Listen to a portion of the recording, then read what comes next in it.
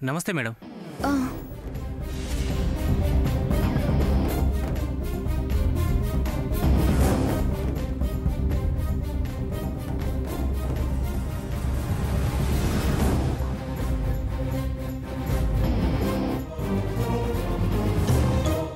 ఏంటి డాక్టర్ మా ఇంటికి వచ్చి వెళ్తున్నాడు? డాక్టర్ వచ్చి వెళ్తున్నాడంటే ఎవరికో ఏదో అయి ఉంటుంది. ఎవరికి అయి ఉంటుంది, ఏమై ఉంటుంది?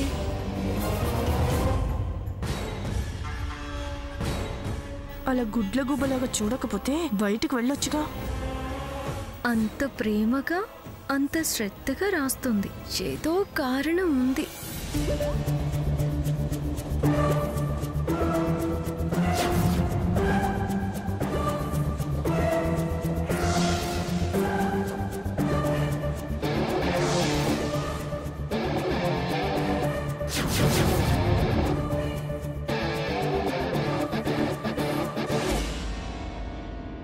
ఏంటక్క ఇది? నువ్వు ఆకాష్ కాల్కి మసాజ్ చేస్తున్నావేంటి? అపరాధానికి ప్రాయశ్చిత్తం చేసుకుంటూ ఉంది. ఏం మాట్లాడుతున్నావు నువ్వు? ఉన్నదే అన్నాను, జరిగిందే చెప్పాను. ఏంటక్క ఇది? నువ్వు ఇలా మసాజ్ చేయడం ఏంటి? పాపం ఆకాష్ కాలు జారి పడ్డాడే, కాలు బెనికింది. పడ్డా బెనికినా నువ్వు మసాజ్ చెయ్యాలా? మీ అక్క తలకు నూనె రాసుకోవడానికి హెయిర్ ఆయిల్ తీసుకొస్తుంటే 4 చుక్కలు తొలగాయట.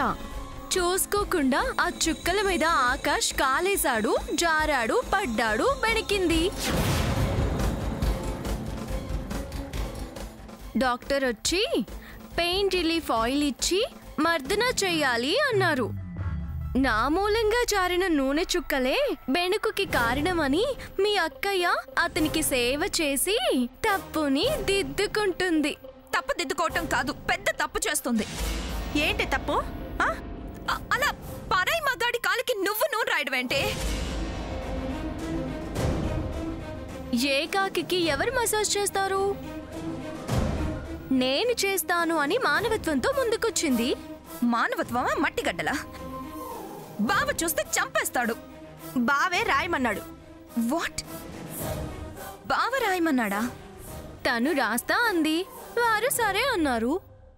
ఏంటి సరే అంటావు? చూడటానికి నాకే అసహ్యం వేస్తుంది. అంత అసహ్యం వేస్తే పోవే అవతలికి. అక్క అది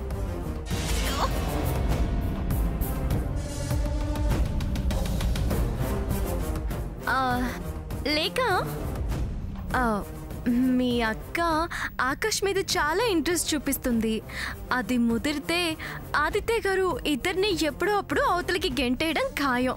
ఆ తర్వాత నీకు ఉద్వాసనే. ఇదిగో లేక జాగ్రత్త పడు. తను హద్దు దాటితే నువ్వు గేట్ దాటుతావు. అసలు బాబుకేమైంది? ఎందుకు రాయమన్నాడు? ఏమో, పిలిచి అడుగు. ఇంట్లోనే ఉన్నాడా? ఇంట్లోనే ఉన్నారు. ఆకాష్కి దెబ్బ తగిలింది కదా, అయ్యో పాపం అనుకుంటున్నారు. మీ అక్క అసలు విషయం తెలీదు. బావా, బావా, బావా, ఏంట్లేక? నువ్వు రా చెప్తాను. ఎక్కడికి? రా. అరే రా బావా. అరే రా. ఏంటి? ఏంటి బావా ఇది? అక్క ఆకాష్కి సేవలు చేయటం ఏంటి? అంటే పాపం దెబ్బ తగిలింది కదా. నువ్వు పాపం అనుకుంటే అది చూసిన వాళ్ళు అలా అనుకోరు, రకరకాలుగా అంటారు. నీ పరువే పోతుంది. నువ్వు ముందు అక్కని అక్కడి నుంచి లేవను. మరి మందెవరు రాస్తారు? కావాలంటే నేను రాస్తానులే.